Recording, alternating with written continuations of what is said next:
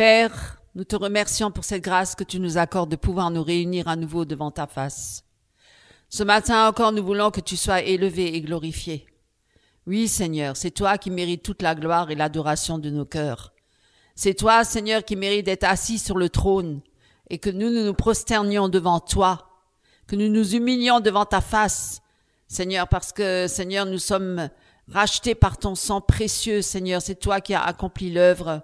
Seigneur, nous n'avons aucun mérite devant toi, ni devant les hommes. C'est pourquoi, Seigneur, ce matin encore, Seigneur, que ton nom soit élevé. Au nom de Jésus-Christ, Amen. Alors, ce matin, j'ai encore parlé d'un sujet qui va peut-être pas plaire à certains, ou peut-être à tous, on ne sait rien. En tout cas, c'est encore un sujet qui va nous interpeller tous, parce qu'on est tous plus ou moins concernés, je pense. Hein. Et ça va parler de l'orgueil. L'orgueil de l'homme. Hein, Dieu résiste aux orgueilleux et il fait grâce aux humbles. Et il y a beaucoup de passages dans la parole de Dieu. J'ai feuilleté pas mal cette semaine et j'ai vu qu'il y a beaucoup de passages. Alors c'est vrai que dans les églises de nos jours, on parle pas trop de tout ça, hein, tout ce qui est en rapport avec l'orgueil de l'homme, et on ne veut pas trop l'évoquer, et pourtant il est bien là, parfois bien attaché à nos cœurs. Et bien aimé, je veux vraiment aujourd'hui, je vais vous parler d'un poison. C'est vraiment un poison, hein. Un poison qui ronge, une gangrène, hein, qui ronge, un mal subtil, hein. Il est très subtil et discret parce qu'on le voit pas. C'est pas très apparent, hein, parce qu'on peut plus reconnaître un homme violent, méchant, hein, par ses propos, mauvais propos, par ses comportements, mais un homme orgueilleux, on peut pas forcément toujours le discerner, hein. Il peut donner des apparences trompeuses, hein, des belles apparences, même parfois d'une fausse humilité. En fait, une fausse humilité qui cache vraiment un orgueil démesuré. Vous voyez, on peut croire que cet homme ou cette femme sont humbles, mais finalement sont très orgueilleux. Et c'est ça, justement, c'est très trompeur. Et d'ailleurs, c'est le péché grave de Satan, n'est-ce pas, mes amis?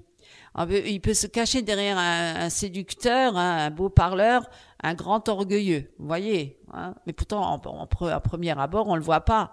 Il peut y avoir des gens qui sont très charismatiques, hein, et qui attirent énormément de monde, et qui paraissent être humbles et pourtant qui sont très orgueilleux. Et il peut arriver qu'il y a des gens qui font beaucoup d'œuvres humanitaires dans le monde, hein, et qui apparaissent humbles et pensant à leur prochain, et qui pourtant sont à l'intérieur d'eux, dans leur cœur, très orgueilleux, et ils recherchent avant tout quoi? Eh ben, une gloire, leur propre gloire par rapport à leurs œuvres, hein, qu'ils font. Vous voyez? Donc c'est très trompeur tout ça. Alors, mais Dieu connaît le cœur de l'homme, hein. Il le connaît. Et on peut pas se dérober devant le Seigneur, hein. On peut se dérober devant les hommes, on peut se cacher devant les hommes, on peut mettre un masque, hein, donner des belles apparences trompeuses, mais donc l'homme, voilà pourquoi nous ne devons pas nous fier à l'homme, hein, et ne pas regarder aux hommes, mais surtout de regarder à Dieu avant toute chose, parce que l'homme, voilà, ça peut être un piège. Et pourtant, combien veulent être regardés, hein, et adulés et admirés. Alors, vous voyez, ce péché-là, il est grave, il est subtil, il est discret, mais il est très mortel. Hein, parce que ce qui va nous amener loin de la face de Dieu, parce que Dieu a en horreur les orgueilleux, il résiste aux orgueilleux, et il fait grâce aux humbles, et donc ça peut nous amener très loin, l'orgueil, jusque dans la chute, hein, grave, et jusqu'à aller se perdre éternellement loin de la face de Dieu, comme le péché de Satan, qui était quand même le péché d'orgueil, hein, puisqu'il voulait être au-dessus de Dieu. Il veut être au-dessus de Dieu, mais il ne le sera jamais, n'est-ce pas, mes amis? Puisqu'il n'est qu'une créature, et que c'est le Créateur qui règne, et que tout le monde doit plier le genou devant lui. Alors, vous voyez, c'est vraiment un gros péché. C'est même pas, là, je vais pas vous évoquer le péché de l'adultère, ou même du mensonge, etc. Aujourd'hui, c'est vraiment l'orgueil. L'orgueil qui est la racine de la rébellion, hein. C'est le cœur qui dit à Dieu, qu'est-ce qu'il dit à Dieu, le cœur rebelle, le cœur orgueilleux? Je n'ai pas besoin de toi. Je n'ai pas besoin de toi. C'est l'homme qui se met sur le trône. Il s'assoit sur le trône de sa vie. C'est l'homme qui devient son propre Dieu. Et dans ce monde, et dans le monde comme dans l'Église d'ailleurs, cet orgueil, il est partout. Il est partout. Mais la Bible, elle est très claire. Dieu résiste aux orgueilleux et il fait grâce aux humbles. Et nous pouvons lire cela dans Jacques 4, verset 6, où nous pouvons dire, lisez avec moi, Jacques 4, verset 6, il accorde au contraire une grâce plus excellente. C'est pourquoi l'Écriture dit, Dieu résiste aux orgueilleux, mais il fait grâce aux humbles. Vous voyez, Dieu résiste aux orgueilleux. Nos cœurs et nos esprits doivent réaliser. Nous devons réaliser combien Dieu hait l'orgueil. Il hait l'orgueil. Parce que ce dernier le pousse à se détourner de nos prières et nous prive de sa présence et de sa grâce. Celui qui s'élève à ses propres yeux, ou qui recherche l'honneur et l'estime des autres afin de satisfaire son orgueil, se prive lui-même de l'aide de Dieu. Mais ceux qui s'humilient et se soumettent à Dieu et s'approchent de lui bénéficient de sa grâce abondante, de sa miséricorde et de son aide dans toutes les circonstances de leur vie. Vous voyez, donc Dieu a en horreur l'orgueil. C'est un poison silencieux, subtil, et mortel, l'orgueil. Il est ce mal qui pousse l'homme à se détourner de Dieu, à se glorifier lui-même. Vous voyez, le moi, à s'exalter comme un petit Dieu. Il s'exalte comme un petit Dieu sur son trône. Même si c'est un trône en carton, mais ça fait rien, ça sera un trône quand même pour lui. Trône personnel. L'orgueil, c'est une illusion qui fait croire à l'homme qu'il peut se suffire à lui-même. Voilà, beaucoup le disent d'ailleurs, j'ai pas besoin de Dieu, ou alors j'ai un Dieu, mais un Dieu à mon image, un Dieu à ma façon. C'est beaucoup les religieux aussi.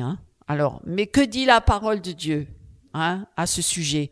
Comment Dieu voit-il l'orgueil de l'homme? Je vous l'ai déjà dit, il a en horreur l'orgueil, il résiste aux orgueils, il hait l'orgueil.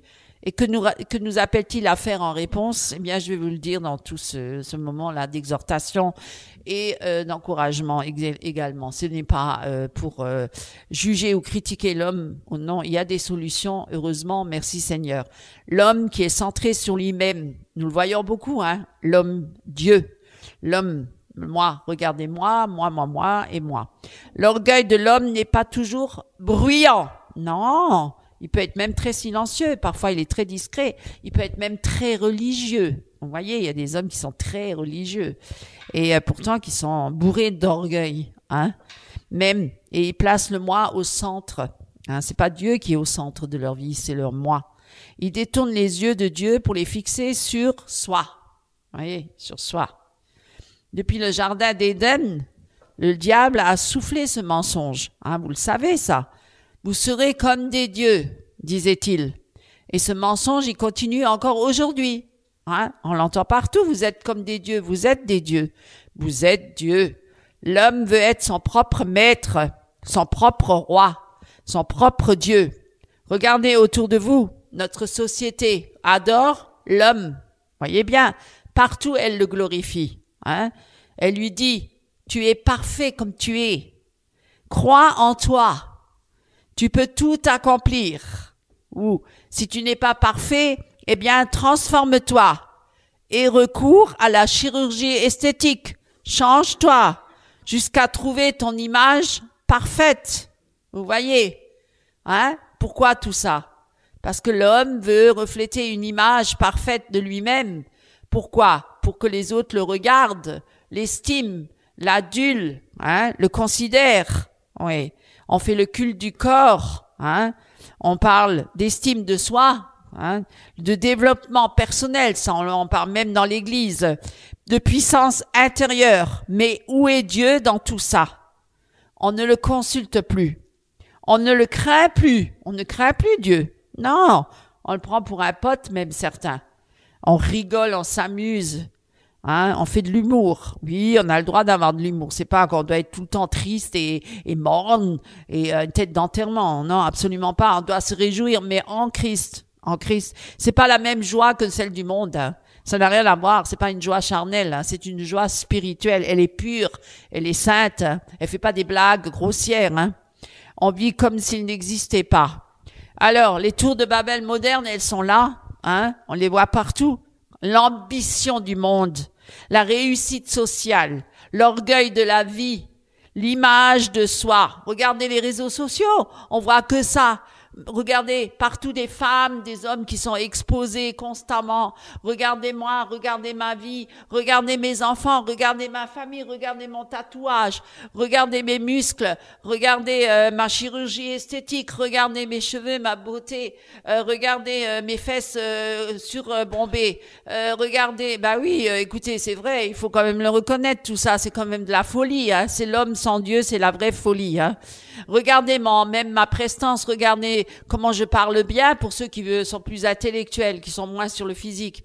Eh bien, eux, c'est plutôt leurs œuvres spirituelles ou intellectuelles. Regardez-moi et regardez-moi. C'est pas regarder Dieu et tournez-vous vers Dieu. Alors, l'homme, il recherche, ben vous le voyez sur les réseaux sociaux tous les jours, n'est-ce pas? Hein, les influenceurs. Faites comme moi, hein? Regardez ce que je fais, regardez ce que je produis. Les réseaux sociaux, tout est centré sur le moi, le moi, le moi, le moi. La gloire personnelle, hein? La chair, l'autosuffisance, la quête de la reconnaissance. Tout le monde veut être reconnu, tout le monde veut être connu, tout le monde veut avoir son image exposée. Mais vous voyez même dans les églises, vous voyez parfois même le pasteur en grande photo, hein, ou la pastoresse, hein, ou la prophétesse en grande photo, en grande image, exposée sur l'estrade, à côté d'elle quand elle prêche, hein, il faut voir sa photo et tout. Vous imaginez, hein, c'est pas Jésus-Christ qu'on glorifie, là, c'est l'homme. C'est l'homme, mes amis, c'est l'homme, partout, c'est l'homme. Hein. Contrôle absolu de sa vie. L'homme pense contrôler sa vie. Hein, il pense qu'il dirige sa vie. Personne ne contrôle sa vie. Rien. Personne. L'homme ne prie plus, ou s'il prie, c'est toujours pour demander, donne, moi. C'est pas pour glorifier le Seigneur, mais c'est pour lui-même. C'est encore pour satisfaire ses besoins, sa chair. Il planifie toujours pour lui-même.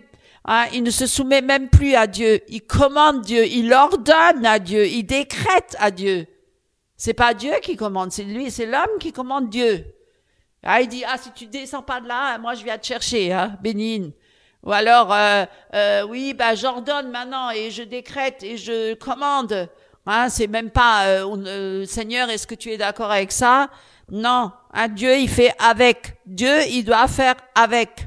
Hein, il ne rend même plus gloire à Dieu. Il se glorifie lui-même, l'homme. Regardez les stars. Regardez les stars. On les appelle les stars. C'est quoi les stars? Les étoiles. Vous voyez les étoiles brillantes. Hein, les stars, les hollywoodiennes ou autres, les politiciens, même les politiciens, on les prend pour des dieux, les sauveurs du monde. Vous imaginez, c'est même pas Jésus-Christ le sauveur du monde, c'est les hommes, les politiciens qui sont les sauveurs aujourd'hui. Les sportifs, regardez les sportifs, comment ils sont élevés, combien ils sont payés, les footballeurs, ils sont millionnaires parce qu'ils courent derrière une balle, vous imaginez, hein, et même les pasteurs qui sont des stars aujourd'hui. Les pasteurs stars derrière l'estrade qui racontent leur vie, qui racontent des anecdotes, qui sont là et qui courent après l'argent et qui dépouillent les ouailles. Vous le savez, ça. Et pourtant, la Bible, elle dit, l'arrogance, prenez avec moi, Proverbe 18, verset 12. Prenez avec moi, Proverbe 18, verset 12. Proverbe 18, verset 12. Et qu'est-ce qu'on lit là? On lit là... On lit quoi? Avant la ruine, le cœur de l'homme s'élève, mais l'humilité précède la gloire. Vous voyez?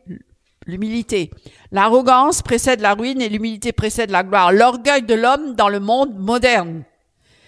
L'orgueil est un esprit qui pousse l'homme à s'accorder une importance exagérée de lui-même, hein? Et à placer sa confiance en lui-même. C'est moi qui a fait ça.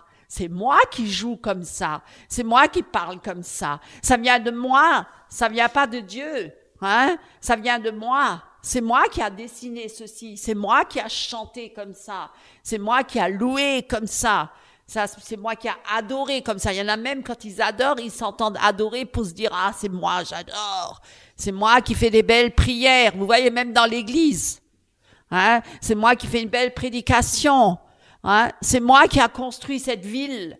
C'est moi qui a élevé cette tour, la tour de Babel. Vous voyez, on est toujours encore à l'époque de la Babylone, hein, la Babel, là. Vous voyez la tour de Babel où l'homme il s'est élevé et qui voulait atteindre Dieu et défier Dieu. L'orgueil de l'homme, hein, qui s'accorde une importance exagérée et a placé sa confiance en lui-même. La vantardise, alors qu'il n'est qu'un pécheur, alors qu'il n'est qu'un homme qui n'est que poussière. Et qui retournera à la poussière, il peut pas défier la mort. Vous voyez? Il n'est pas éternel.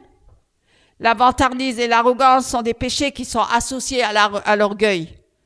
L'arrogance, la vantardise, ceux qui se vantent. Je suis meilleur que lui. Oh, je joue mieux que lui. Ah, tu trouves pas que j'ai bien joué aujourd'hui? Alléluia, gloire à Dieu, merci Seigneur que tu nous ouvres les yeux. Nous sommes tous concernés, hein. Vous croyez pas? Hein? La chair est faible, hein. Qu'est-ce qu'on croit qu'on est important, hein? Alors qu'on n'est rien. On n'est rien du tout. On n'est rien. On est tout petit, comme ça. Petit, mais Dieu va le prouver qu'on est tout petit. Il l'a prouvé à travers, avec le pharaon, qui voulait être tellement grand. Je vais vous le donner l'exemple. Il va nous le prouver que nous sommes rien. L'orgueil qui nous entraîne souvent, hein, les péchés sont souvent liés avec l'orgueil aussi, et qui nous entraîne dans la destruction, hein, ou détruire les autres aussi avec, hein, l'orgueil est trompeur. Il nous empêche de nous montrer humbles devant Dieu forcément, hein, et devant les autres aussi, parce qu'on veut toujours s'élever devant les autres, hein. On veut toujours montrer une image de soi merveilleuse, belle. Oh, comme je parle bien. Oh, comme je suis belle. Oh, comme je suis beau. Oh, comme etc., etc. Hein. On veut toujours être plus que l'autre, plus que notre prochain. Croyez pas, hein? Et devant les autres, Dieu résiste aux orgueilleux, mais il fait grâce aux humbles. Alors, dans notre société, l'homme a été élevé au rang de Dieu. Et on le voit bien dans le monde, on fait tout pour élever l'homme. Hein, les coupes qu'on donne aux hommes, aux femmes qui courent là, après une coupe terrestre, hein, pour être sur le podium, le premier au-dessus de tout le monde. Hein, même à l'école, on fait la course au diplôme. Ah, moi j'ai ce diplôme-là, moi je suis plus que toi parce que j'ai ce diplôme-là. Hein, mais Dieu, il s'en fout des diplômes dans le royaume de Dieu. Hein, il a appelé des pêcheurs d'hommes, hein, c'était des pêcheurs de poissons. C'était des pêcheurs de poissons. Est-ce qu'il a regardé au diplôme de ces hommes-là pour les recruter, pour les appeler à son ministère, à son royaume? Est-ce qu'il a regardé au diplôme, mes amis? Non, absolument pas. Il s'en fout de ça. Est-ce qu'il a regardé aux richesses de ces hommes-là? Qu'ils étaient riches? Absolument pas. Non. Il les a choisis, hein? Comme Dieu, il veut. Mais la folie de Dieu est plus grande que la sagesse des hommes, entre guillemets, la sagesse des hommes, la folie de Dieu. Et oui, vous voyez, l'orgueil de l'homme. Alors, il est au centre de tout, hein? Des politiques, de l'éducation, de la psychologie, de la culture, hein? Tout est centré sur l'homme. Développement personnel, le développement de l'homme pour s'épanouir. Hein, tout est centré sur l'homme, rien n'est centré sur Dieu. Ou un faux Dieu, ou un Dieu à l'image de l'homme, hein, ou des faux dieux, ou une multitude de dieux. Hein, ou le grand Dieu qui règne dans ce monde, c'est aussi le Dieu Mammon, l'argent. L'argent. Celui qui a l'argent, il a le pouvoir. Et celui qui est pauvre et misérable, il est méprisé, il est dénigré.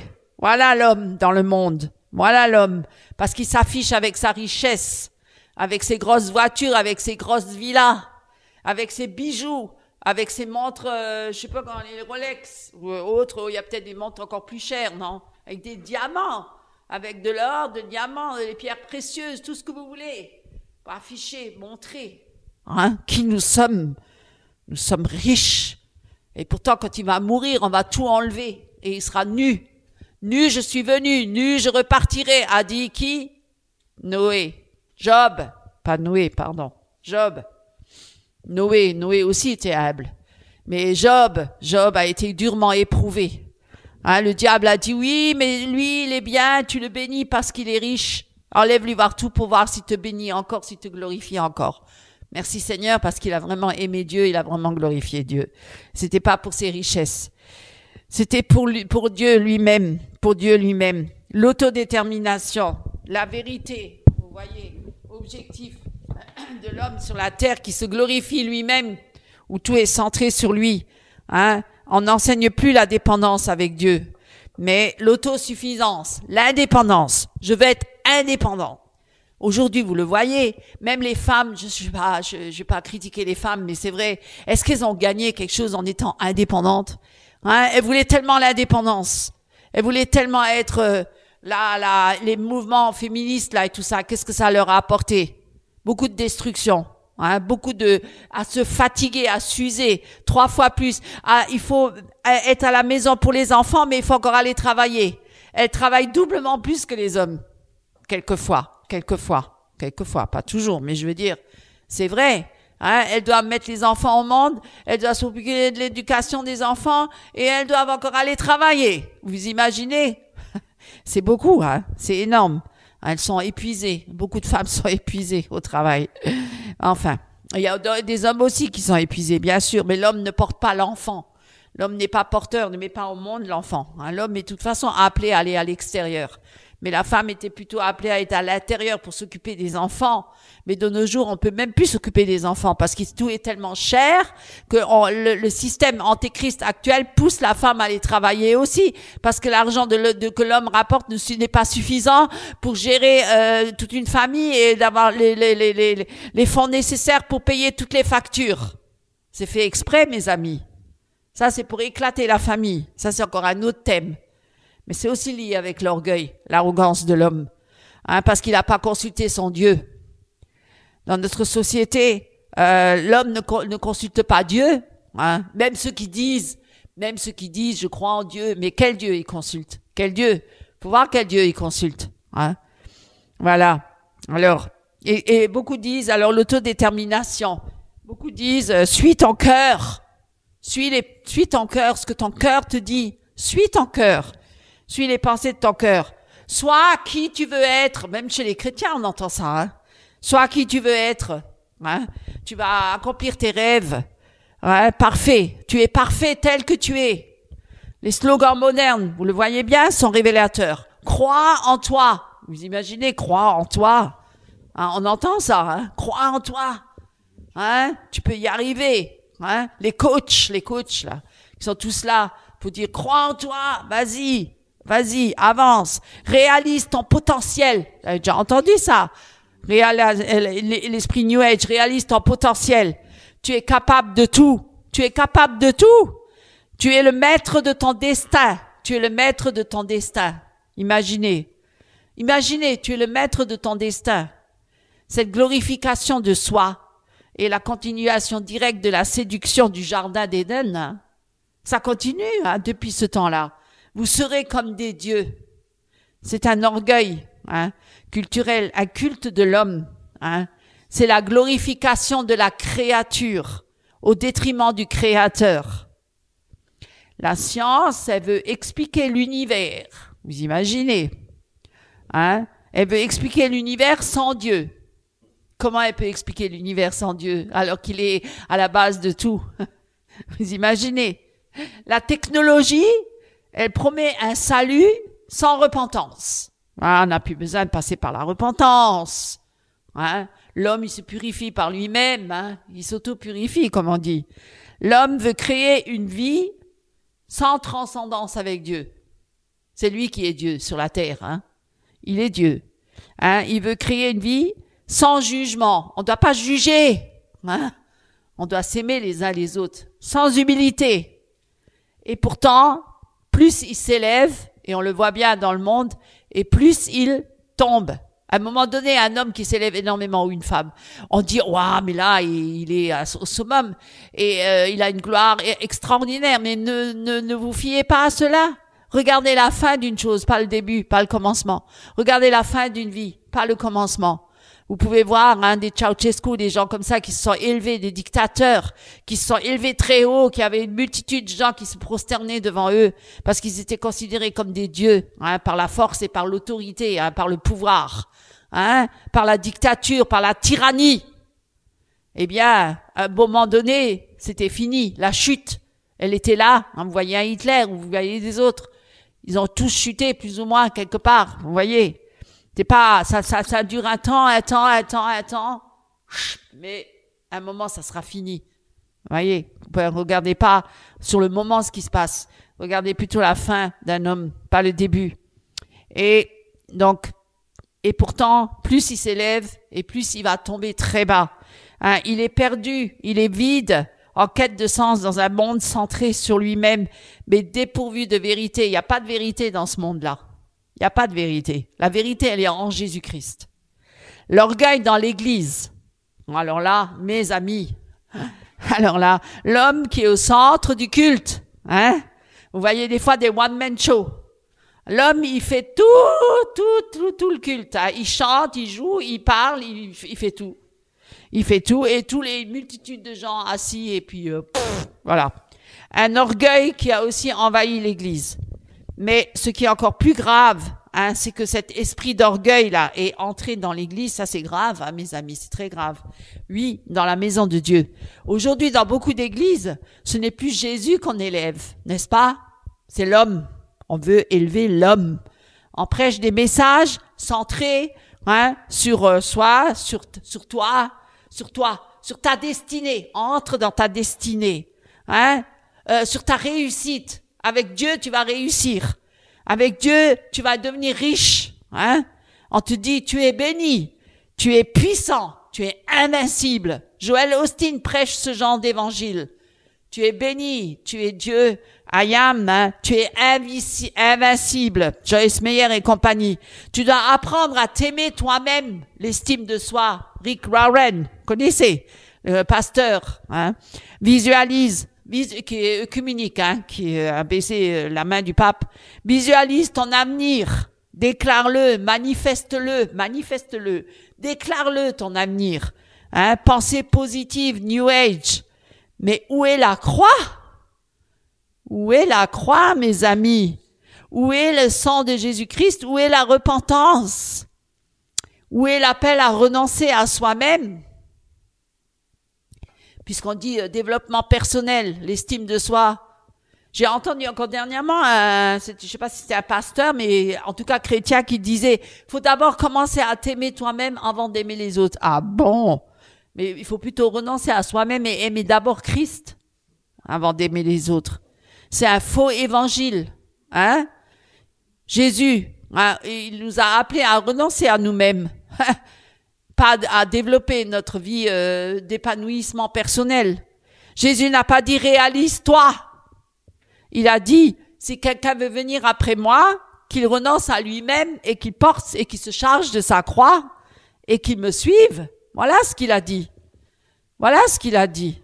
Prenez avec moi Matthieu 16. Matthieu 16. Prenez avec moi Matthieu 16. Il l'a dit. Je n'invente rien, mes amis. Tout est écrit dans la parole de Dieu. Dieu nous a bien prévenus de tout ça. 16, verset 24. Que lisons-nous? 16, 24. Alors Jésus dit à ses disciples, si quelqu'un veut venir après moi, qu'il renonce à lui-même. Est-ce qu'il a dit, si quelqu'un veut venir après moi, tu apprendras à t'aimer toi-même, l'estime de toi-même, tu seras tout puissant et invincible, tu seras vraiment, tu entreras dans ta destinée, dans ta réussite et tu deviendras riche.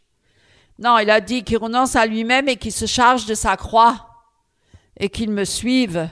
Vous voyez, c'est pas du tout le même évangile, là. Et mais ce qui est encore plus grave, c'est que ce même esprit orgueilleux là qui est entré dans l'Église, c'est l'orgueil du monde, bien sûr. Oui, c'est l'homme pécheur, l'homme charnel, l'homme qui a contaminé la maison de Dieu.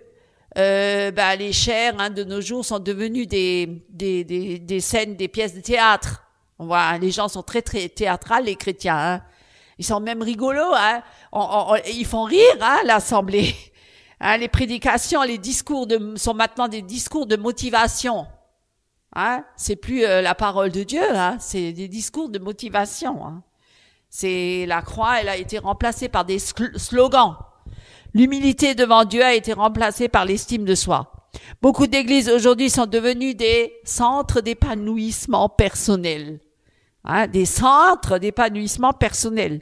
Des espaces d'auto-validation, des clubs humanistes, hein, où le nom de Jésus est mentionné, mais où le moi est adoré.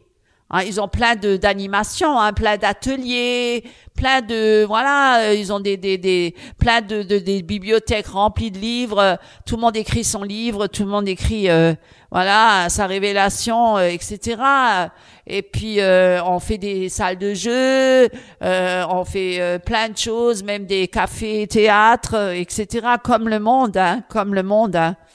Et Jésus, il est mentionné, mais un autre Jésus, un Jésus New Age, hein, un Jésus, Jésus qui avant tout est là pour nous donner pour notre épanouissement personnel. Hein. Mais voici, Seigneur, on n'entend plus cela. On n'entend plus me voici, Seigneur. Qu'est-ce qu'on entend maintenant? On me dit voici qui je suis, Seigneur. Hein? On n'y prêche plus repens-toi. Mais on dit, accepte-toi tel que tu es. Hein? On n'y cherche plus la volonté de Dieu, mais la réalisation de ses rêves personnels. Tu viens en Christ, tu pourras réaliser tes rêves. Tu entreras dans ta destinée. Vous voyez? Hein? Il y a le mouvement I Am. Vous le connaissez celui-là, I Am, popularisé par Joel Osteen, où l'on proclame « Je suis béni, je suis prospère, je suis puissant ». Ces affirmations ressemblent davantage à des incantations New Age qu'à une soumission à Christ. Les enseignements de Rick Warren sur l'estime de soi qui font passer la perception de soi avant la repentance et la transformation à la croix, hein? Par la croix, par Jésus-Christ, mort sur la croix, par son sang versé pour nos péchés. On parle de l'évangile de prospérité, hein, qui enseigne que Dieu veut te rendre riche. Ah oui, si t'es pauvre, c'est une malédiction. Personne dans le royaume de Dieu doit être pauvre. Hein. Les pauvres, ils sont maudits. Ah, ça c'est sûr, hein, il n'y a que les riches qui sont bénis. Alors, on en a déjà parlé tant de fois. Hein. Tant de fois. Hein. Alors, tous les riches qui sont satanistes sont bénis par Dieu. Influents et confortables. Hein. Alors que Jésus a dit, on l'a dit tout à l'heure, il doit renoncer à lui-même. Il y a la pensée positive et les philosophies pseudo-spirituelles issues du New Age, hein, qui enseignent la visualisation, l'énergie universelle, la manifestation, hein, se sont glissés dans les églises autrefois centrées sur l'évangile, autrefois. Donc ils se sont détournés. C'est ça l'apostasie, la grande apostasie, hein, mes frères et sœurs. L'évangile ne commence pas par je suis, mais il est le créateur, il est le sauveur. C'est ça là, c'est centré sur Jésus, pas je suis. Ce n'est pas de moi que vient la lumière, n'est-ce pas? Mais de Jésus-Christ seul. Mais ce n'est pas mon nom qu'il faut élever. Mais il y en a aujourd'hui, ils élèvent les noms des pasteurs, hein, le nom des évangélistes, le nom de, hein, ils font le culte de ces noms-là. Hein, homme de Dieu, bishop, super bishop, etc., archibishop. Ou jure que par ce nom-là, on ne doit pas jurer par un homme. Parce que même certains disaient, moi je suis de Pierre, de Paul, mais vous êtes charnel encore si vous parlez comme ça. Vous êtes charnel parce que vous dites que vous êtes de l'homme, issu de l'homme. Vous n'êtes pas issu de Christ. C'est Christ le sauveur. Il n'y en a pas d'autre. Il n'y a pas d'autre sauveur. Même le plus érudit des érudits, même celui qui a écrit plusieurs Bibles, c'est pas lui le sauveur. Et je nomme personne.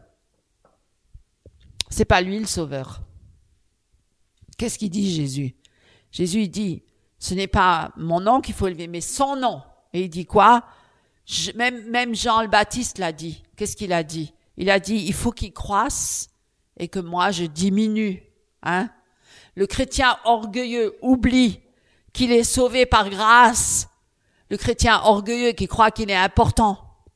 hein, et non par mérite. Il oublie que sans Christ, il n'est rien. Certains l'ont oublié, hein. L'orgueil spirituel est la pire forme d'orgueil, l'orgueil spirituel, car il revêt un masque de piété. Comme je l'ai dit tout à l'heure, on affiche une sorte de piété, mais au fond, on est bourré d'orgueil, hein. Dieu, il résiste aux orgueilleux. Un rejet clair dans la Bible. La parole de Dieu, elle est claire, hein. Lisez avec moi Proverbe 6. Prenez avec moi Proverbe 6. Proverbe 6. C'est que j'ai mis Proverbe.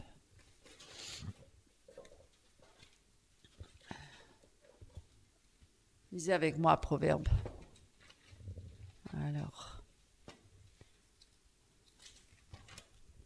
Proverbe 6, verset 17.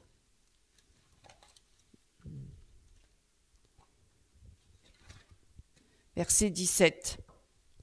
Les yeux hautains, la langue menteuse. Alors, je peux même lire un peu avant. Il y a 6 choses que hait l'Éternel, et même 7 qu'il a en horreur. Les yeux hautains et la langue menteuse. Vous voyez, les yeux hautains. Dieu a en horreur le regard hautain. Cette attitude de supériorité, hein, par rapport aux autres, d'arrogance, est la première chose que Dieu déteste dans cette liste. Et vous pouvez encore prendre avec moi Ésaïe. Prenez avec moi Ésaïe, chapitre 2. Ésaïe, chapitre 2. Ésaïe, chapitre 2. Que lisons-nous? Ah ben là, il y a tout un texte, hein. Lisez avec moi. L'homme au regard hautain sera abaissé. Et l'orgueilleux, verset 11, pardon. Chapitre 2, verset 11, Ésaïe. L'homme au regard hautain sera abaissé, et l'orgueilleux sera humilié. Vous voyez, l'Éternel seul sera élevé ce jour-là. Et on peut continuer parce que c'est très important. Lisez bien avec moi. C'est un prophète, Ésaïe. Il a vraiment prophétisé, hein. Car il y a un jour pour l'Éternel des armées contre tout homme orgueilleux. Vous voyez, un jour, il y aura une justice de la part de l'Éternel. Contre tout homme orgueilleux et hautain, contre quiconque s'élève afin qu'il soit abaissé, contre tous les cèdres du Liban hauts et élevés, et contre tous les chênes de Basan, contre toutes les hautes montagnes, contre toutes les collines élevées, contre toutes les hautes tours, et contre toutes les murailles fortifiées, contre tous les navires de Tarsis, et contre tout ce qui plaît à la vue. L'homme orgueilleux sera humilié, et le hautain sera abaissé. L'Éternel seul sera élevé ce jour-là. Toutes les idoles disparaîtront. On entrera dans les cavernes des rochers. Vous voyez ça? Ça, c'est quand il y a la grande angoisse qui va venir sur les hommes. Hein? On entrera dans les cavernes des rochers et dans les profondeurs de la poussière pour éviter la terreur de l'Éternel et l'éclat de sa majesté. Vous voyez, ils seront tellement angoissés, ils auront tellement la terreur en eux en voyant l'Éternel dans tout son éclat, dans toute sa grandeur et sa majesté. Quand il se lèvera pour effrayer la terre, vous voyez, quand le Seigneur va revenir, ils vont même vouloir se cacher dans les cavernes, tellement ils auront peur, tellement ils seront effrayés, tellement ils seront dans la terreur. Hein? Et en ce jour-là, les hommes jetteront leurs idoles d'argent et leurs idoles d'or qu'ils s'étaient faites pour les adorer aux rats et aux chauves-souris, et ils entreront dans les fentes des rochers et dans les creux des pierres pour éviter la terreur de l'Éternel et l'éclat de sa majesté quand il se lèvera pour effrayer la terre. C'est répété 2 fois, vous voyez. Cessez de vous confier en l'homme. Cessez de vous confier en l'homme, dans les narines duquel il n'y a qu'un souffle. Car de quelle valeur est-il? Malheur à l'homme qui se confie en l'homme. Béni soit l'homme qui se confie en l'Éternel. Vous voyez? Hein? Dieu jugera l'orgueil. L'homme peut s'exalter aujourd'hui. Et combien sont exaltés? Et combien s'exaltent? Dans le monde, mais aussi dans l'Église. Mais il sera abaissé. Il y a un jour où Dieu seul sera élevé. L'orgueil est donc non seulement un grave péché, mais une folie. C'est une folie face à la grandeur et la sainteté de Dieu. Qui es-tu, toi, ô homme? Peux-tu contester avec Dieu? Vous voyez, certains ils vont jusqu'à contester avec Dieu et ils veulent changer l'histoire. Mais c'est Dieu qui aura le dernier mot. Hein? Donc, Dieu résiste aux orgueils et fait grâce aux âmes. C'est vraiment un verset très puissant. Hein? Dieu, ce n'est pas qu'une simple indifférence. Dieu, il s'oppose à l'orgueilleux. C'est une opposition active. Il s'oppose à l'orgueil. Il lui résiste. Il résiste à l'orgueilleux. Hein? Dieu se dresse contre celui qui s'élève. Dieu ne négocie pas avec l'orgueil. Il ne négocie pas avec l'orgueil. Il s'y oppose activement. Il se dresse contre celui qui s'élève. Le jugement de Dieu attend l'orgueilleux. Même celui qui chante pour Dieu, même celui qui prêche pour Dieu, même celui qui donne de l'argent pour Dieu, même celui qui fait plein d'œuvres pour Dieu. Car Dieu ne regarde pas à l'apparence. Il regarde au cœur. Il regarde au cœur. Vous voyez, sondez vos cœurs, laissez le Seigneur sonder vos cœurs. Humiliez-vous devant le Seigneur. Laissez le Seigneur sonder vos cœurs. Parce que la Bible, elle est sans équivoque. Dieu a en horreur l'orgueil. Les exemples bibliques d'hommes orgueilleux que Dieu a abaissés, vous le connaissez dans la parole de Dieu. Je vais vous le dire rapidement. Nebuchadnezzar, vous connaissez l'histoire de Nebuchadnezzar, roi de Babylone. Il a dit, n'est-ce pas ici Babylone la grande que j'ai bâtie par la puissance de ma force? Il s'est enorgueilli. Il a fait croire que c'est lui qui a bâti ça. Vous voyez? Et c'est dans Daniel, vous le lirez chez vous. Daniel, chapitre 4. Et aussi aussitôt qu'il a dit ça, Dieu le frappa de folie et l'humilia jusqu'à ce qu'il reconnaisse que le Très-Haut domine sur la terre des hommes. Vous voyez, un Nebuchadnezzar qui s'est glorifié, qui s'est élevé, eh ben Dieu l'a rabaissé jusqu'à devenir une bête. Il l'a fait paître comme une bête, il lui a donné un cœur de bête. Un certain temps, il a été complètement humilié. Vous voyez, Dieu, il fait ce qu'il veut, Il faut quand même avoir la crainte de Dieu, Pharaon, dans l'Exode, il s'est obstiné avec arrogance contre Dieu, Pharaon, Il lui a même dit, qui est l'Éternel pour que j'obéisse à lui, à sa voix? Je vais pas vous le chercher parce apparemment l'heure tourne, on est pressé ici. Alors, Exode, chapitre 5, verset 2. Résultat, qu'est-ce qui se passe? Sa puissance a été brisée, la puissance de Pharaon. Dieu l'a défié, puisqu'il a dit, qui est l'Éternel pour que je lui obéisse, Pharaon? Il a voulu lui résister, mais Dieu, il lui a montré qui il est, sa toute-puissance. Il l'a brisé, et son armée a été noyée, engloutie par les eaux. Vous connaissez l'histoire avec la mer, les eaux qui se sont... Et la mer Rouge, ils ont traversé à pied le peuple d'Israël, parce qu'il ne voulait pas le laisser partir. Dieu lui a montré qui il était. Mais c'est le même Dieu que nous avons. Il n'a pas changé. Vous imaginez? Aman, dans le livre d'Esther, orgueilleux et assoiffé d'honneur, a préparé la potence pour Mardochée. Vous lirez l'histoire. Mais il y fut pendu lui-même. Dieu a renversé son orgueil. Aman a dressé la potence pour un autre, mais il a été pendu lui-même. Vous lirez l'histoire. Le jugement de Dieu attend l'orgueilleux. Même, vous voyez, car Dieu ne regarde pas aux apparences, il regarde au cœur. L'appel à l'humilité, le chemin vers la grâce. Si Dieu résiste aux orgueilleux, il fait grâce aux humbles. Le remède à l'orgueil, c'est quoi? C'est l'humilité, mes amis. Non pas l'humiliation, imposée. Comme certains, les moines dans les monastères qui se flagellent pour s'humilier, pour humilier leur corps. C'est pas ça ce que Dieu demande. Absolument pas. Et faire une semblante d'humilité. Oh Seigneur, certains, j'entends les prières dans les églises, dans les assemblées. Oh Seigneur, je suis une petite personne de rien du tout.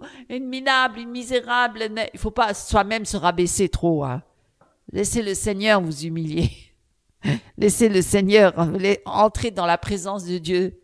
Et vous verrez à sa manière comment il va agir, hein, pour justement vous garder dans l'humilité. C'est pas cette humilité-là, hein, de tout le temps répéter « Oh, je suis rien, je suis une pauvre personne nanani, devant les autres. » Ça sert à rien. Hein. La vraie humilité, elle est là dans le cœur, elle est à l'intérieur de l'être humain. C'est pas, voilà, le remède à l'orgueil, c'est l'humilité, non pas l'humiliation imposée, mais l'abaissement volontaire, la reconnaissance de notre dépendance à Dieu. Oui, ça oui, oh Seigneur, sans toi je suis perdu, sans toi je peux rien faire. J'ai besoin de toi à chaque instant, à chaque minute, à chaque seconde. C'est toi qui dois être celui qui me conduit, qui me dirige. Non pas moi, non pas ma volonté, mais ta volonté. Seigneur, aide-moi à te suivre, aide-moi à me soumettre à toi, aide-moi à t'obéir. Voilà. Parce que je suis perdu sans toi. Moi, je peux rien faire par moi-même. Je suis perdu. Michée le dit bien. On t'a fait connaître, ô homme, ce qui est bien. Michée, chapitre 6, verset 8. On t'a fait connaître, ô homme, ce qui est bien, et ce que l'Éternel demande de toi, c'est que tu pratiques la justice, que tu aimes la miséricorde et que tu marches humblement devant ton Dieu. On peut lire aussi dans Philippiens, chapitre 2, versets 5 à 8, « Ayez en vous les sentiments qui étaient en Jésus-Christ. Il s'est humilié lui-même, se rendant obéissant jusqu'à la mort. » Prenez avec moi Philippiens. On va quand même lire quelques passages. Philippiens, chapitre 2, versets 5 à 8. Philippiens, chapitre 2, versets 5 à 8. « Ayez en vous les sentiments qui étaient en Jésus-Christ, lequel, regardez, Jésus-Christ, qui est Dieu, venu parmi les hommes, lequel, existant en forme de Dieu, n'a point regardé comme une proie à arracher d'être égal avec Dieu, mais s'est dépouillé lui-même en prenant une forme de serviteur, en devenant semblable aux hommes, et ayant paru comme un simple homme. » C'est d'ailleurs pour ça que les pharisiens se sont moqués de lui. Hein? Il lui a dit, toi, t'es le roi des Juifs, mais regarde-toi, t'as l'air de quoi, là? Tu viens d'où? Hein? Petit village, là, Bethléem, Nazareth, y a-t-il quelque chose de bon qui vient de là-bas? Il a même pas fait d'études. T'es même pas pharisien, t'es même pas prêtre.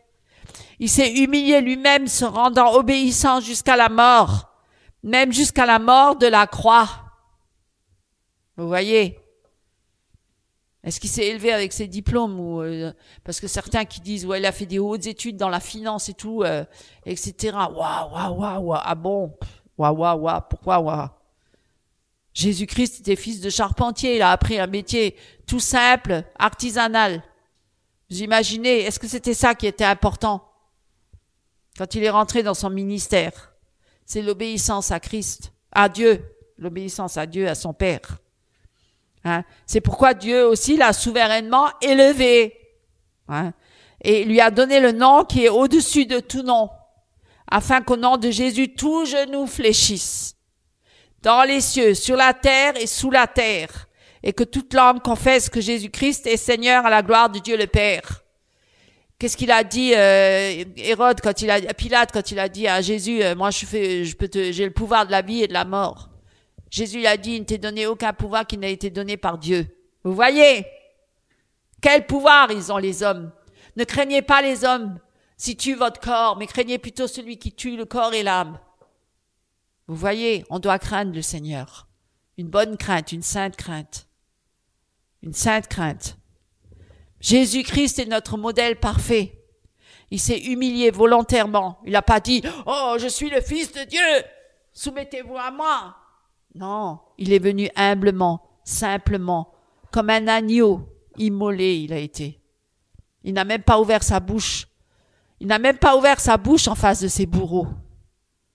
Vous imaginez, vous ouvrez votre bouche, à peine on vous titille un peu. Oh là là, qu'est-ce qu'on revendique, hein, qu'est-ce qu'on râle. On vient même avec des injures, des gros mots, hein. Et on se défend et on va même taper dessus, s'il le faut. Hein? On est loin de l'humilité du Seigneur. Quand on l'a frappé, il n'a même pas répondu. Est-ce que vous allez répondre ou pas quand on vous frappe? Hein? Vous voyez, notre chair, hein? L'orgueil. Hein? Oh, mais t'as vu ce qu'il m'a dit, ce qu'il m'a fait?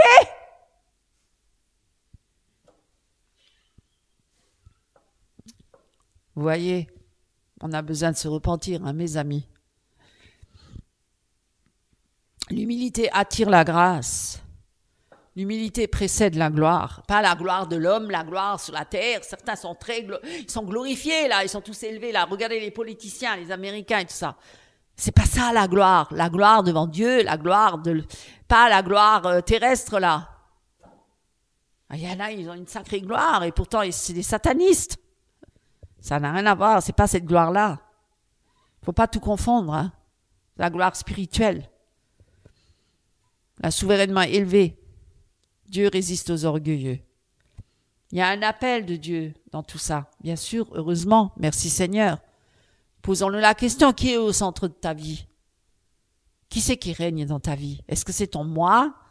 Est-ce que c'est Jésus-Christ? Est-ce que c'est ton voisin, ta voisine, ta femme ou ton mari, ton pasteur, tes enfants, tes parents? Qui c'est qui règne dans ta vie? Qui c'est qui est au centre de ta vie?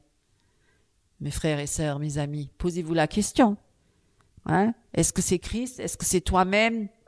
Ton agenda, tes projets, ton image, ta réputation, ton confort, tes projets de musicien, de chanteur, de réussite, de prédicateur, sont-ils devenus ton Dieu? Ou vis-tu pour glorifier celui qui seul est digne d'être glorifié? Hein? Dieu appelle aujourd'hui chacun à renoncer à soi-même et à renoncer à l'orgueil, à descendre de son trône. Il faut qu'on descende de notre trône intérieur. On a tous un trône là-dedans, hein? On est assis dessus.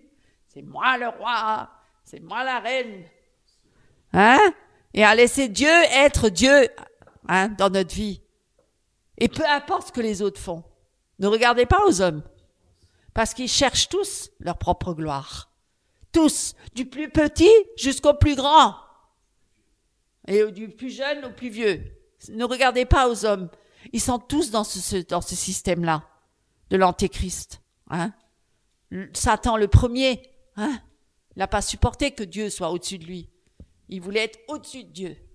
Et il veut qu'on l'adule, qu'on se prosterne devant lui. Et il utilise les créatures pour ça. Il utilise les hommes. Regardez les stars, comment ils veulent être adulés. Tout le monde se procède. Vous avez déjà vu les groupistes, là, les fans, comme on les appelle, hein, qui crient après les artistes, là, chanteurs ou musiciens. Ouais, ils se tirent les cheveux et tout. Les femmes, elles deviennent hystériques, les filles.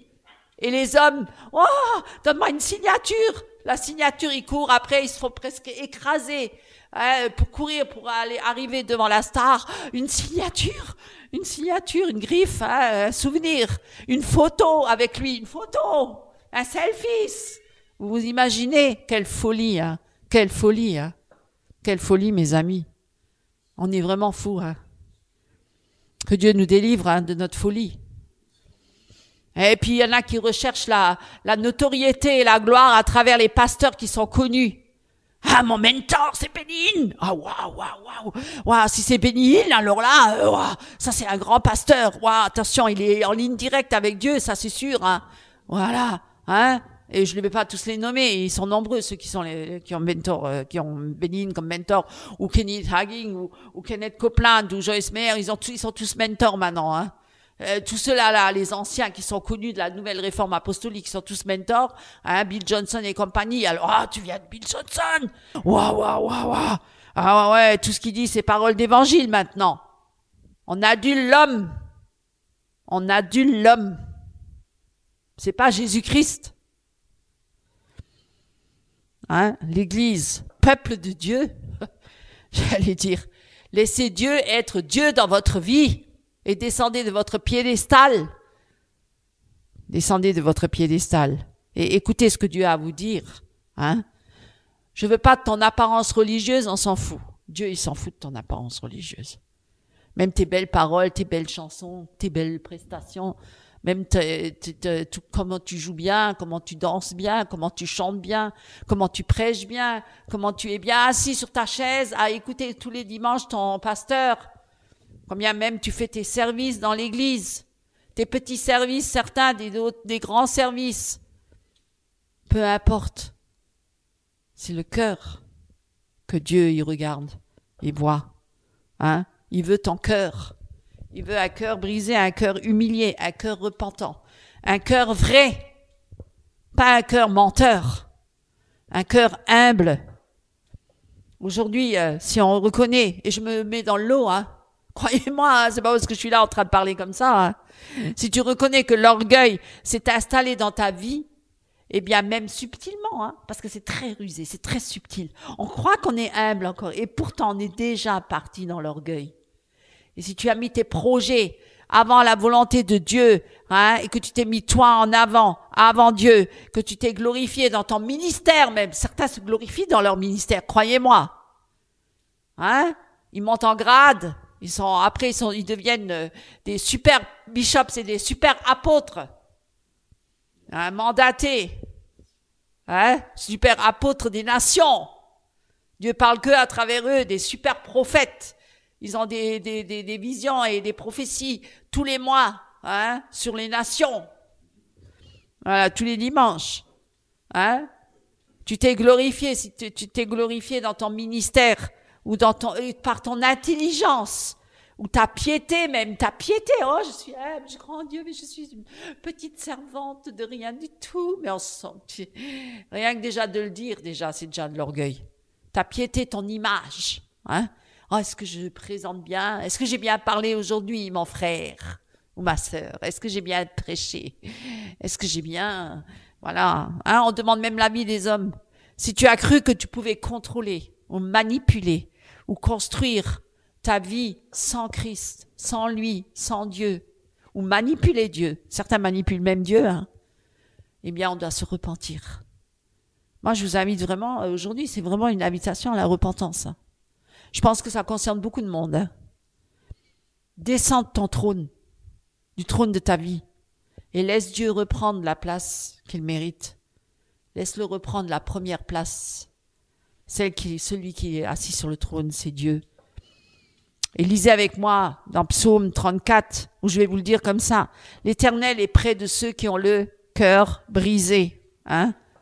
Donc, c'est ça, hein, le Psaume 34. Est-ce que nous pouvons le lire, si vous le voulez bien? 34. Verset 18. Verset 18. Quand les justes crient,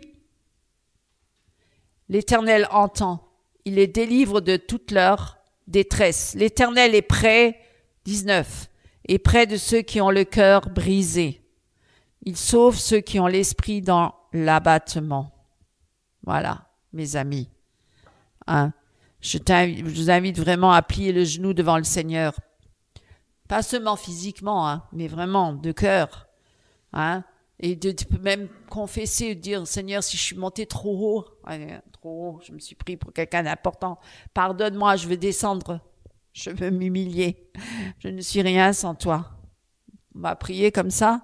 Hein? Nous venons devant toi, Seigneur, nous sommes conscients que trop souvent nous nous sommes glorifiés nous-mêmes. Hein? Et nous avons mis notre nom, beaucoup le mettent, le nom, leur nom, hein? Avant celui de Christ.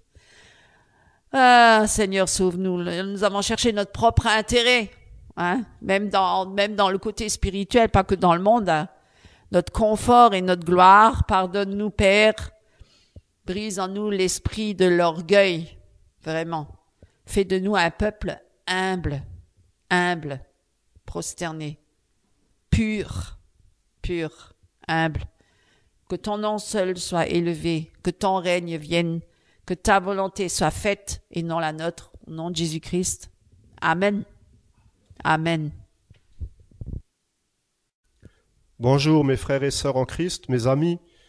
Prenons ensemble dans la parole de Dieu ce matin, dans le livre de Matthieu, chapitre 25, versets 31 à 46. Le titre s'intitule « Le Fils de l'homme jugera le monde ». Quand le Fils de l'homme viendra dans sa gloire avec tous les anges, il siégera sur son trône royal. Tous les peuples de la terre seront assemblés devant lui et il séparera les gens les uns des autres comme le berger sépare les moutons des chèvres. Il placera les moutons à sa droite et les chèvres à sa gauche.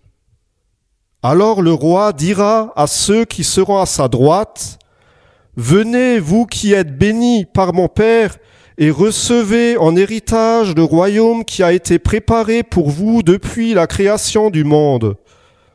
Car j'ai eu faim, et vous m'avez donné à manger, j'ai eu soif, et vous m'avez donné à boire. J'étais étranger, et vous m'avez accueilli chez vous.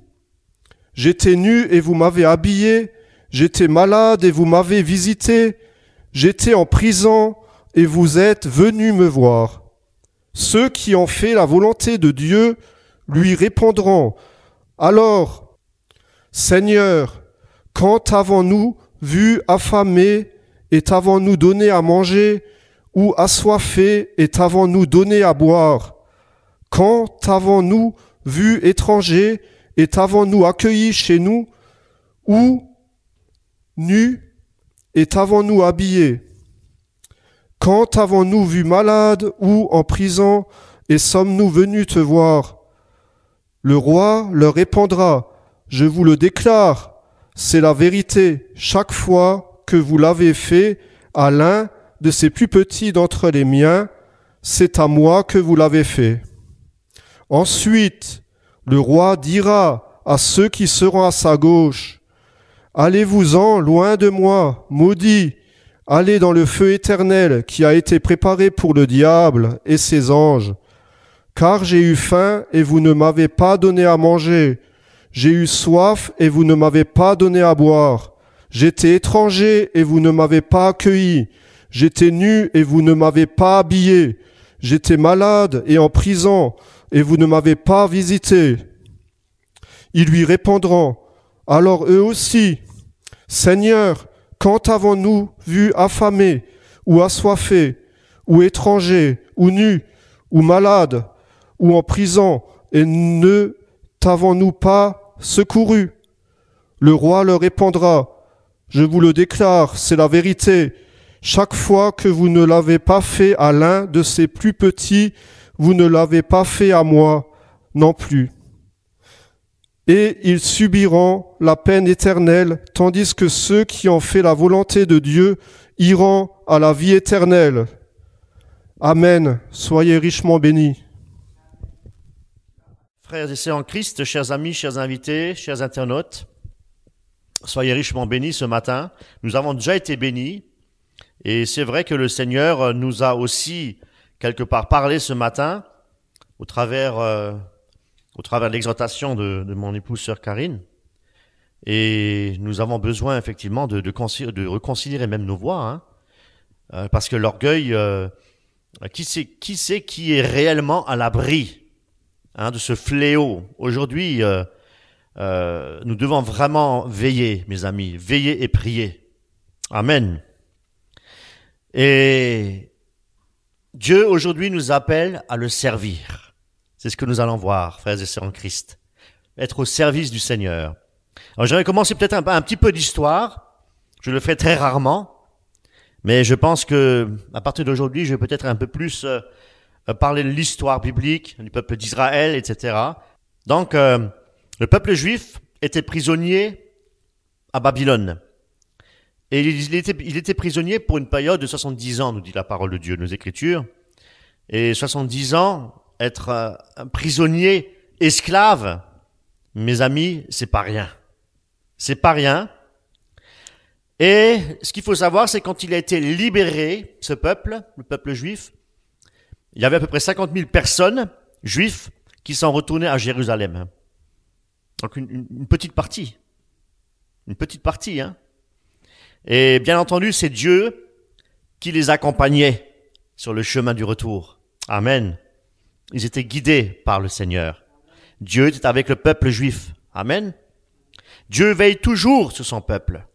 Et Dieu veille sur ses enfants. 2 Timothée. Allons dans 2 Timothée, s'il vous plaît. 2 Timothée, chapitre 2, verset 19. Verset 19. Toutefois, le solide fondement de Dieu demeure, ayant ce sceau, le Seigneur connaît ceux qui sont siens et qu'ils se retirent de l'iniquité. Quiconque prononce le nom du Seigneur. Version Darby. Une fois que le peuple juif, mes amis, est arrivé à Jérusalem, eh bien, il avait un seul but. Un seul but, c'est de reconstruire l'autel, la maison de Dieu, mes amis, pour offrir des sacrifices à l'Éternel. Mais, malheureusement, quelque temps après, des ennemis sont venus pour décourager, pour effrayer le peuple de Dieu. Et qu'est-ce qu'ils ont fait? Ils ont abandonné leurs travaux par le découragement. Ne sommes-nous pas aussi des fois découragés dans notre marche chrétienne et nous ne veillons plus et nous abandonnons notre marche avec le Seigneur?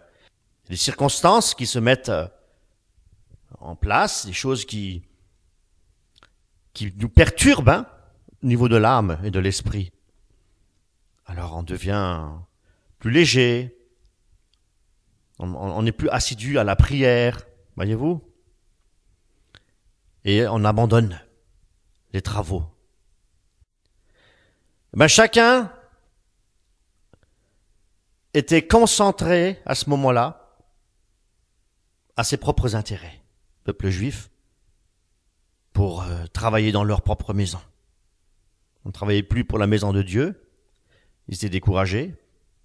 On mettait effectivement, on les empêchait, les ennemis les empêchaient de travailler pour le Seigneur dans la maison de Dieu. Alors, on s'est chacun chargé de ses propres intérêts et puis voilà. Mais Dieu, dans sa miséricorde, Dieu est bon. Dieu a envoyé 2 prophètes. Il a envoyé Haggée et Zacharie pour les encourager, mes amis, pour les encourager à reprendre le travail. Haggée propose effectivement de reprendre le travail et Zacharie leur parle de la bonté de Dieu, de l'amour de Dieu, mes amis. Et grâce à ces messages d'exhortation, ils ont été fortifiés, ils ont été motivés pour reprendre le travail, pour la reconstruction de la maison de Dieu et aussi, bien entendu, pour finir ce qu'ils ont commencé. Frères et sœurs, pour nous aujourd'hui, il en est de même. Nous avons aussi besoin d'un message d'encouragement. Et ce message d'encouragement nous vient aussi du prophète Haggée. Dans son 2e message, il rappelle au peuple de Dieu qu'il ne faut pas justement se laisser décourager. Il ne faut pas. Et même dans les moments de faiblesse, même dans les difficultés, mes amis, nous vivons effectivement des temps très difficiles. Je pèse bien les mots très difficiles. Mais n'oublions pas que nous sommes appelés à travailler à l'édification de la maison de Dieu, c'est-à-dire à son Église. Nous sommes l'Église, bien entendu, et nous devons travailler à notre salut, non pas pour être sauvés, comme je le dis souvent de fois, mais parce que nous sommes sauvés. Dieu, dans sa grâce, nous donne la capacité, Dieu nous donne la capacité de marcher en nouveauté de vie, pour œuvrer pour la gloire de Dieu. Amen. Si nous sommes en Christ, nous sommes une nouvelle créature et nous avons la vie éternelle. C'est ce que les Écritures nous enseignent. Et bien sûr, nous devons travailler bien plus dans les temps que nous vivons, ou de plus en plus, comme nous l'avons entendu ce matin aussi, par l'orgueil, des faux messages circulent, de fausses doctrines hérétiques, des messages qui chatouillent les oreilles, des enseignements qui plaisent, où l'argent est devenu le centre d'intérêt, le centre de la prédication. Mes amis, la Bible appelle ça le Dieu Mammon.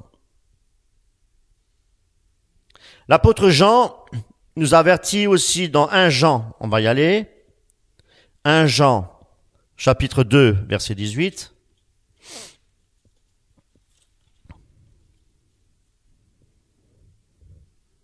Petits enfants, c'est la dernière heure. Et comme vous avez entendu que l'Antichrist vient, maintenant aussi il y a plusieurs Antichrists. Par quoi nous savons que c'est la dernière heure.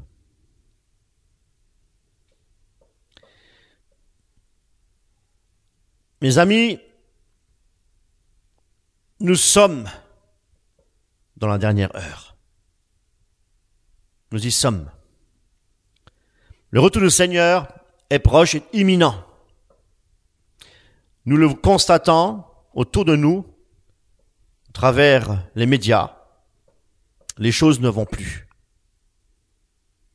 Les choses ne vont plus.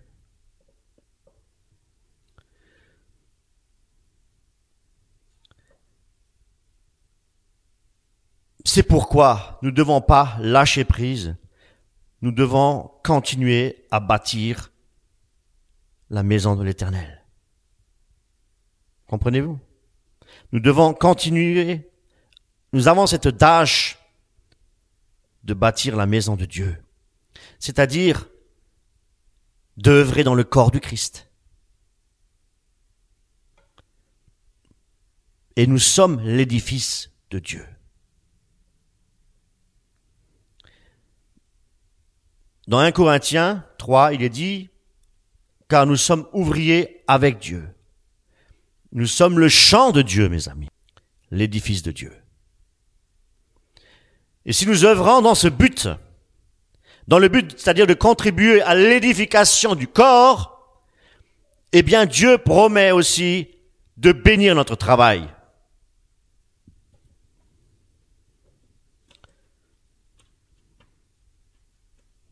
N'est-ce pas merveilleux?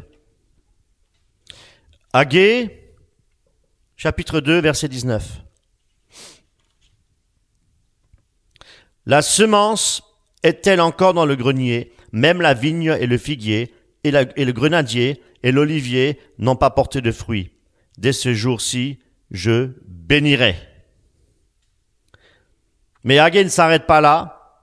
Il nous rappelle aussi, bien que nous travaillons aujourd'hui dans des conditions qui sont très difficiles, nombreuses sont les personnes aussi qui ne veulent plus entendre le pur évangile de Jésus-Christ, où la repentance n'est plus prêchée, où le péché, la séduction est arrivé à son comble. À travers les réseaux sociaux, nous le voyons, l'individualité aussi. Regardez aujourd'hui les adolescents et même les adultes qui sont constamment sur leur téléphone portable. Ça coupe la communication. Il n'y a plus de communication. Et on cherche toujours son propre intérêt et l'égoïsme grandissant. Voyez-vous? Pour nous aujourd'hui, nous n'avons pas d'autre intérêt que Jésus-Christ. Fixez nos yeux sur le retour du Christ. Voilà notre objectif.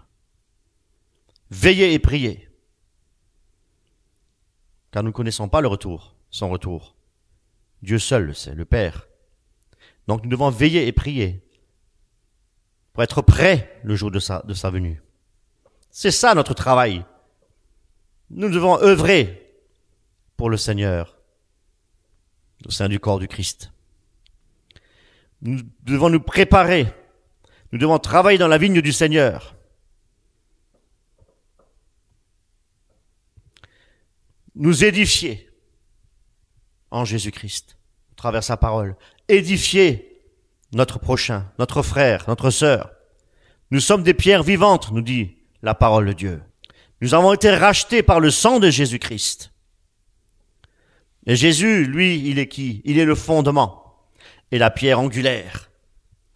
Grâce sur elle, nous dit Zacharie.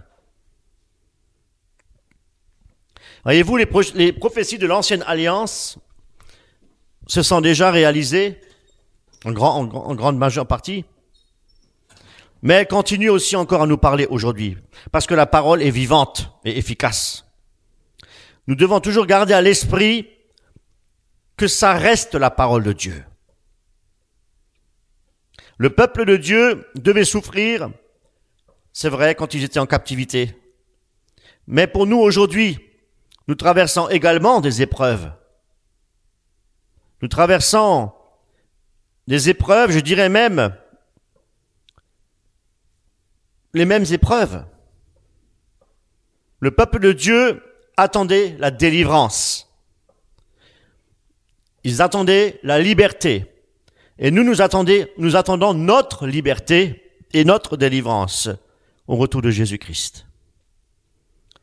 Le Seigneur reviendra bientôt pour prendre son Église et pour la présenter devant lui. Et il la veut glorieuse, sans tache ni ride, ni rien de semblable. Comment est-ce possible, mes amis? Parce que Dieu nous sanctifie. Dieu nous sanctifie. Dieu nous a donné un nouveau cœur, un cœur de chair. Nous ne pouvons pas améliorer notre nature, notre vieille nature. Nous ne pouvons que la clouer sur la croix. Mais cette nouvelle créature que nous sommes en Jésus-Christ, par la puissance du Saint-Esprit et par la résurrection de Jésus-Christ, nous donne la possibilité de nous paraître devant Dieu sans tache ni ride. Comprenez bien? Tout n'est que grâce. Et aujourd'hui, nous devons nous poser la question, comment voyons-nous l'Église, la maison de Dieu? Frères et sœurs, que ce verset puisse vraiment nous réveiller. Ce verset nous dit que nous sommes appelés à vivre pleinement pour Dieu, à garder notre regard fixé sur la maison et à poursuivre l'œuvre de Dieu jusqu'à son glorieux retour. Amen. Aujourd'hui, nous entendons une promesse merveilleuse, magnifique, celle de la présence de Dieu avec son peuple. Il est dit dans Agée 2, chapitre 2, « Je suis avec vous, dit l'Éternel des armées. » C'est vrai que c'est une promesse merveilleuse. Et si Dieu, il est pour nous, qui sera contre nous? Nous dit la parole. Dieu s'engage toujours à être avec nous, avec ses enfants, avec ceux qu'il a appelés, a prédestinés pour son royaume. L'Éternel des armées, le Dieu tout-puissant, le roi des rois, le Seigneur des seigneurs, celui qui est saint et qui règne sur Israël, il règne aussi sur ma vie, sur ta vie. Si nous avons fait de notre Seigneur, bien entendu, notre Seigneur et notre Sauveur. Et si nous lui obéissons, et si nous lui faisons confiance. Dieu est vivant, et il habite en nous. Il a fait sa demeure en nous, par la puissance du Saint-Esprit. Et Dieu n'avait pas abandonné son peuple, alors qu'il est devenu faible. Ils étaient fatigués, ils étaient prisonniers, ils étaient esclaves. Mais Dieu était avec eux. Mais Dieu leur disait qu'il était là, avec eux, pour les soutenir.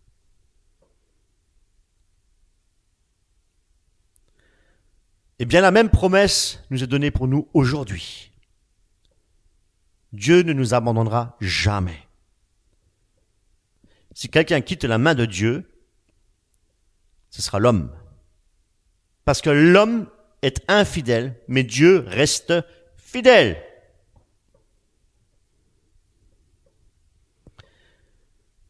Cette promesse nous remplit de courage. Et peu importe aussi les difficultés, nous savons que Christ est avec nous. Il nous fortifie et il nous guide. Cependant, nous devons toujours rester proches de lui, rester en communion avec lui. écoutez sa voix et lui restez fidèles, mes amis.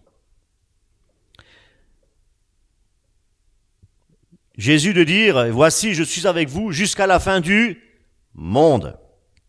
C'est une promesse. Et croyez-moi, c'est pas comme un yaourt qui a dépassé la date, la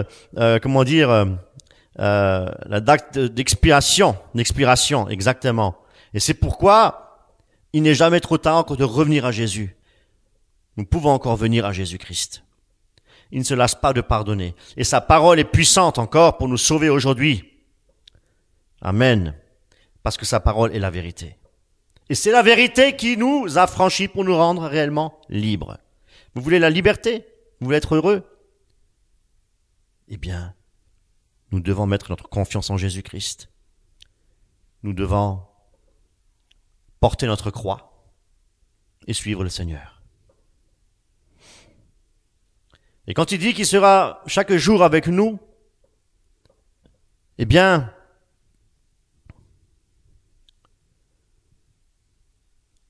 jusqu'à son retour, nous devons l'accepter par la foi. Et une foi vivante, Quand je dis une foi vivante, c'est pour travailler à notre salut. Travailler parce que nous sommes sauvés. Travailler, et le Seigneur lui-même nous prépare à son retour imminent par la puissance du Saint-Esprit, parce qu'il garde ses enfants. Mes amis, quand on marche sous le soleil, vous avez remarqué que l'ombre ne nous quitte jamais. Jamais. L'ombre nous suit toujours. Elle suit partout où nous allons. Quand il y a du soleil, elle s'éloigne même pas de nous. De la même manière, Dieu est toujours avec nous. Il nous protège, il nous accompagne dans chaque épreuve, dans chaque difficulté, dans chaque tentation. Il est là, à nos côtés. Il n'est pas indifférent. Le psalmiste dit en psaume 125, « L'Éternel est en ombre, est à ta main droite. » Parce que même dans les moments sombres, dans les moments de difficulté, les moments ténébreux, nous pourrons passer par les épaisses ténèbres, eh bien le Seigneur, Dieu reste fidèle et ne nous abandonnera jamais. Comme David aussi dans le psaume 23, il dit « Je ne craindrai aucun mal, car tu es avec moi. » L'amour parfait de Dieu, nous dit aussi la parole de Dieu, chasse la crainte. Amen. Quand nous appuyons sur l'amour de Jésus-Christ, eh bien nous pouvons vivre sans peur, sans crainte, sachant qu'il est avec nous et qu'il nous garde et qu'il nous soutient. Encore, je le dis, faut-il demeurer dans son amour. Tout au long de l'histoire de l'Ancien Testament et du Nouveau Testament, Dieu fait des promesses importantes à son peuple et nous aujourd'hui ses enfants, à savoir la promesse d'être avec nous. Il a fait cette promesse à Isaac, il a fait cette promesse à Jacob, à Joseph, à Moïse, Josué, etc. Bien entendu, tous ces enfants pour notre temps. Il a tenu cette promesse, il la tient encore jusqu'à son avènement. Jésus-Christ est le même hier, aujourd'hui, éternellement. Quand il dit quelque chose, il le met en pratique. Nous pouvons faire confiance sur sa parole. Le Seigneur ne change pas. Il est fidèle à sa parole. Nous sommes des pécheurs. Nous pouvons nous égarer. Nous pouvons lui être infidèles, comme je disais tout à l'heure. Mais lui demeure fidèle parce qu'il est 3 fois saint. Dieu est 3 fois saint. C'est la sainteté même. Mais encore plus, dans Matthieu 18, il nous dit, là où 2 ou plusieurs, 3 ou plusieurs sont assemblés en mon nom, je suis au milieu d'eux. Et c'est là, ça signifie que chaque fois que nous nous rassemblons, même, je veux dire, en petit nombre pour prier, pour glorifier Dieu, pour adorer le Seigneur, eh bien, il nous a fait cette promesse qu'il est avec nous. Et nous devons le croire par la foi, nous devons l'accepter, mes amis. Si nous n'avons pas la foi qu'il est au présent de nous, qu'il est présent parmi nous, eh bien, quelque part, nous le faisons menteur. Voyez-vous? Et puis, pas seulement ça, c'est que nous ne pouvons pas être agréables au Seigneur si nous n'avons pas la foi. Donc sa parole, nous devons la mettre en application par la foi.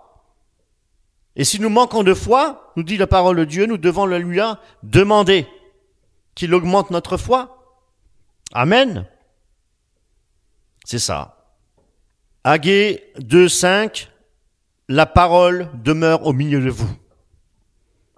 Amen.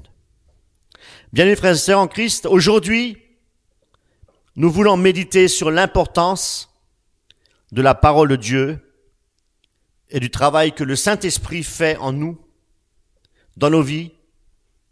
Il est dit dans la parole de Dieu que l'homme animal, l'homme naturel, ne reçoit pas les choses qui sont de l'Esprit de Dieu.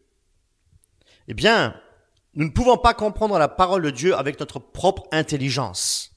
Nous avons besoin de la puissance du Saint-Esprit pour comprendre les Écritures.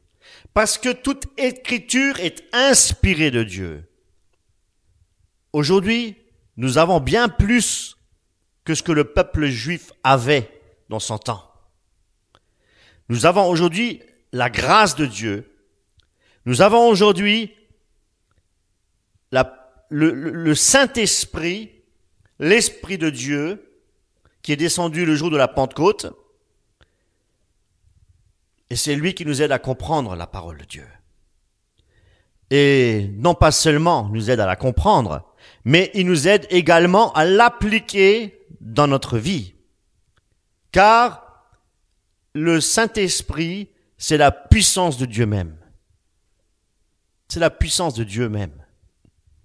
Et c'est pourquoi nous n'avons pas besoin d'un érudit, nous n'avons pas besoin d'un rabbin pour nous expliquer l'ancienne alliance, les Écritures. Nous avons besoin du Saint-Esprit. Et par l'Esprit de Dieu, nous pouvons voir Jésus dans toutes les Écritures. Dans toute l'Écriture, de cette manière, notre foi est nourrie. Et bien entendu, elle est renforcée. Alléluia. Jésus-Christ lui-même, qui est la parole de Dieu, faite chair, il est le Verbe incarné, le Verbe éternel, il est Dieu. Jésus-Christ est venu parmi les hommes, parmi nous, pour nous révéler la vérité de son Père, de Dieu. Aujourd'hui, nous avons la parole de Dieu écrite, donc les Écritures, la Bible. Il s'agit d'un trésor inestimable. Ah oui, vraiment. La parole nous guide, la parole nous instruit, elle est vivante, comme je le disais, et efficace. Rien ne remplace la parole de Dieu.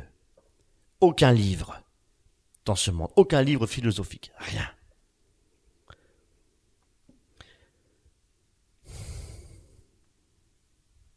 Même plus que cela encore, l'Écriture, la parole de Dieu, nous rapproche de Jésus, nous conduit à une relation personnelle avec notre Sauveur, avec notre Seigneur. N'est-ce pas merveilleux? Et il nous ramène au Père. À travers les Écritures, nous pouvons avoir la vie éternelle. Parce que Jésus-Christ est une relation vivante. Il y a des écrits, mais la parole de Dieu est vivante et efficace pour nous sauver. Parce que Jésus-Christ est ressuscité des morts et par la foi est également un don de Dieu, comme la repentance, qui nous accorde pour vivre la parole de Dieu, pour la mettre en application. Amen. Tous les jours de notre vie, pour nous réjouir, pour lui être agréable, pour le louer et pour le glorifier. Amen. Tout au long de la parole de Dieu, lorsque nous scrutons les Écritures, nous découvrons un Jésus-Christ merveilleux, un Jésus-Christ qui est notre modèle, qui est notre force, qui est le chemin, qui est la vérité et qui est la vie. Amen. Et nous sommes appelés à le suivre tous les jours. Et si nous avons un, voire plusieurs modèles dans notre vie qui n'est pas Jésus-Christ, nous devons nous en séparer pour ne servir que lui seul.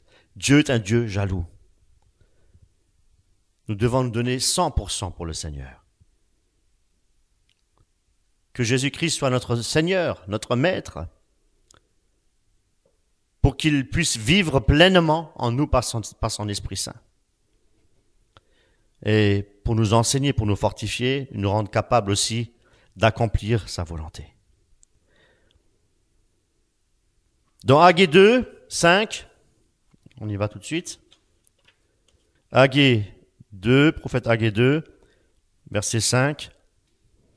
La parole selon laquelle j'ai fait alliance avec vous lorsque vous sortîtes d'Égypte et mon esprit demeure au milieu de vous, ne craignez point. La parole de Dieu demeure au milieu de vous, ne craignez point. Dieu dit à son peuple de ne pas craindre. Cette parole s'adresse également à nous aujourd'hui. Nous ne devons pas craindre pour nos vies. Nous devrons craindre l'Éternel pour ce qu'il est. Mais nous ne devons pas craindre pour notre vie. Parce qu'il est avec nous. Et parce qu'il nous aime. Et si nous sommes en Christ, nous avons cette assurance que nos vies sont entre ses mains. Rien ne peut nous séparer de l'amour de Christ. Rien. Et peu importe nos faiblesses, peu importe nos luttes, peu importe les douleurs par lesquelles nous devons passer, Dieu reste dans sa position, dans ses promesses merveilleuses. Dieu nous a donné de merveilleuses promesses.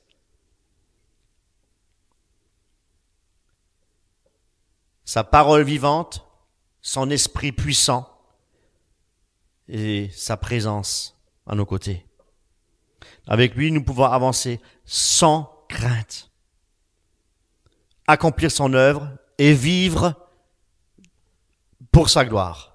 Avec le Seigneur, nous pouvons avancer avec assurance sur ce chemin étroit, sans la crainte de quoi que ce soit, pour accomplir son œuvre, mes amis, pour vivre la gloire de Dieu. Que cette vérité puisse nous remplir de courage et de foi. Sachant également que notre travail n'est pas en vain. Tout ce que nous faisons pour le Seigneur, il y aura une récompense. Comme pour le peuple juif, ils ont bien considéré leur voie et ils ont obéi à Dieu et Dieu les a bénis. Ils ont reconstruit la maison de Dieu avec zèle. Et Haggée 1, verset 8, « Montez à la montagne et apportez du bois et bâtissez la maison. J'y prendrai plaisir et je serai glorifié, dit l'Éternel. » En obéissant au Seigneur, c'est le Seigneur qui est glorifié. Qu'il soit glorifié dans nos vies. Amen.